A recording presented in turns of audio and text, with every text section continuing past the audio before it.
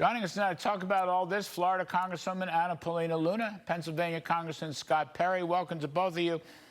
Anna, what do you make of this? She's going to the border maybe for the first time, but I don't know if you saw the clip of her dancing around, no deportation, no deportation.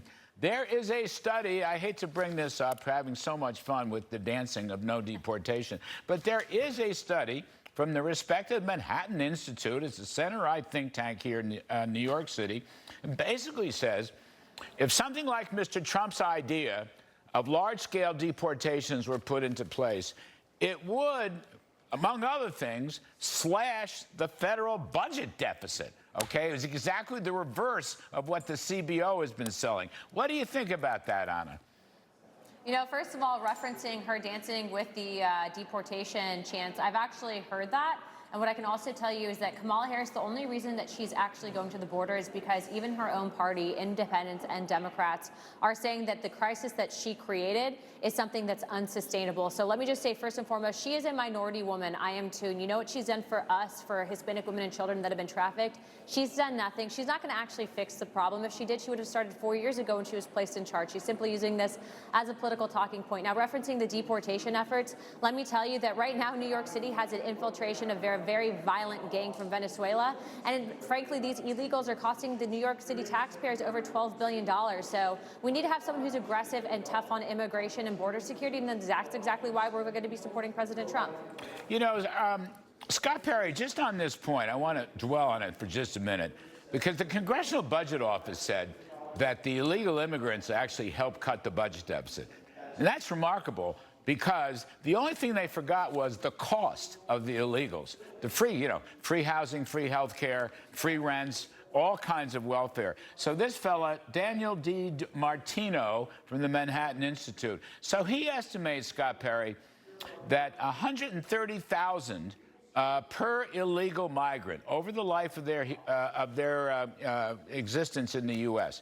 costs 130,000 per migrant. Now, I don't know how many migrants we've had, 10 million, 12, 15 million, you tell me. This is a more accurate study than what the goofy CBO is selling.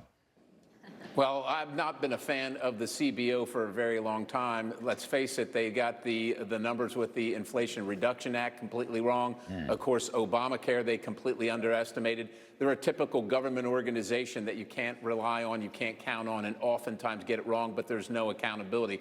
Let me just tell you this, Larry, as a second-generation immigrant, my family came from Colombia. What the Biden administration and what Kamala Harris has supported has been an affront to everybody that's tried to abide by our laws and do it the right way. And we know this as well. In the last decade, they brought in about 7 new congressional seats minimum, and in this decade, it's probably going to be over 8. And that counts towards the census, counts towards apportionment, counts towards the Electoral College. They've been gaslighting us forever, saying that these folks are here and they're not going to count for public health care or housing, and now they're telling us that they're not going to be voting, but yet they're registering them to vote. Whether it's the cost of it or the social cost of it, America can no longer afford it, and whether you're Democrat, Republican, or somewhere in the middle, people are sick and tired of it, and they're done with it, which is why they're going to vote for Donald Trump. I know, just one last one. You know, you mentioned the Venezuelan gangs, Trinidad being the most prominent gang, I guess, okay. Here's my point. Sanctuary cities, which prevent the local police from dealing with the federal agents, the ICE and border authorities.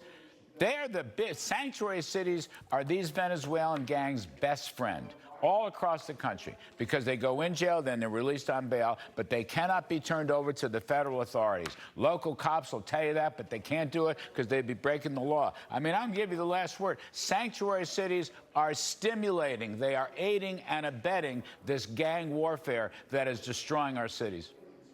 Most certainly, sanctuary cities are, I would argue, even too unconstitutional. What I will also say, because no one's talking about this, is no one's talking about the impact that this is having on the very poor Black and Hispanic communities in these inner cities. Yes. To be clear, these gangs are going to cause race wars. Okay, the left is causing this. Kamala Harris wants this, and it is going to be her hands, the blood of Americans on her hands, if we don't fix it. So vote Trump this election cycle. 100%, absolutely. It's a great point. Anyway, Paulina Luna, thank you. Congressman Scott Perry, as always, thanks very, very much.